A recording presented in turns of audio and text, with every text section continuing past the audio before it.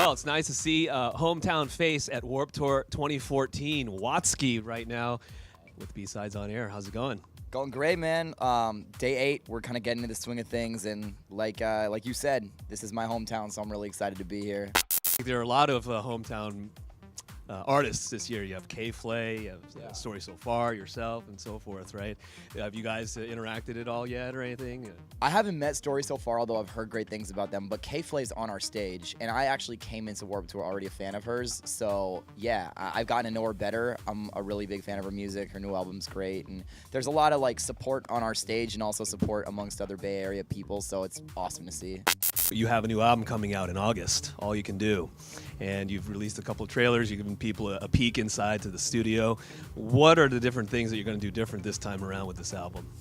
It's a little bit different in terms of just the general vibe of it. I think Cardboard Castles was very much like filled with a lot of anthems. That came out in March of 2013. This one comes out, All You Can Do comes out August 12th, and I think that it's more nuanced. I did actually reflect on the London thing quite a bit on this album, so it's part of my material and part of my growth as a person and trying to realize, you know, how do you grow up and be a responsible adult and, you know, figure out your impact on the world and have a heart about it.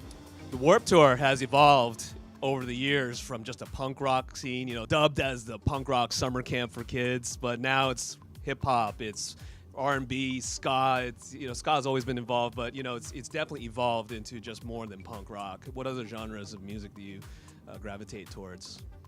I grew up a hip-hop kid. My first concert was Ludacris at the Fillmore, and when I was growing up in high school, that's really what I listened to. But I also love rock. I love folk music. I love jazz. I love R&B, and that's reflected in my band. I mean, if you listen to our group, like, you hear jazz riffs, and you hear power chords, and you hear all that stuff, and it's really like a melting pot of different genres.